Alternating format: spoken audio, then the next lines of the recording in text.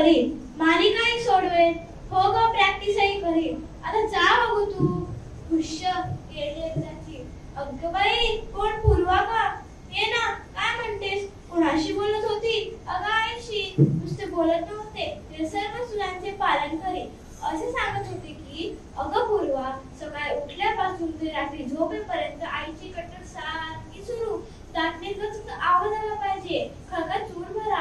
आता मी पटकन दूध प्यायला लागली तर म्हणते घटाघटा पिऊ नको, ठसका लागेल. आता मी सावकाश दूध प्यायला लागली तर म्हणते टाइमपास करू नको, पटकन आवर. कसंही वागलं नाही तर सूचना संपत नाही ग. कसं करायचं ग मी? जी गोष्ट दुधाची तीच आंघोळीची आणि तीच अभ्यासाची.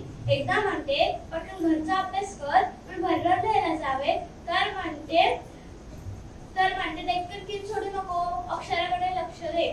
अगं टीव्ही पाहत बसले तर म्हणते घर कोंबडे, मैत्रिणीकडे जा खेळायला.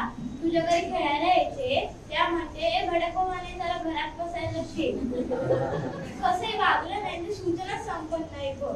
काय म्हणते साहेब सांगण्यासाठी सूचना करते, हो माहिती आहे मला ते. पण अगं उठता बसता खाता पिता अगदी झोपताना सुद्धा सूचना सूचना सूचनाच ऐकायला लागतात आपल्याला.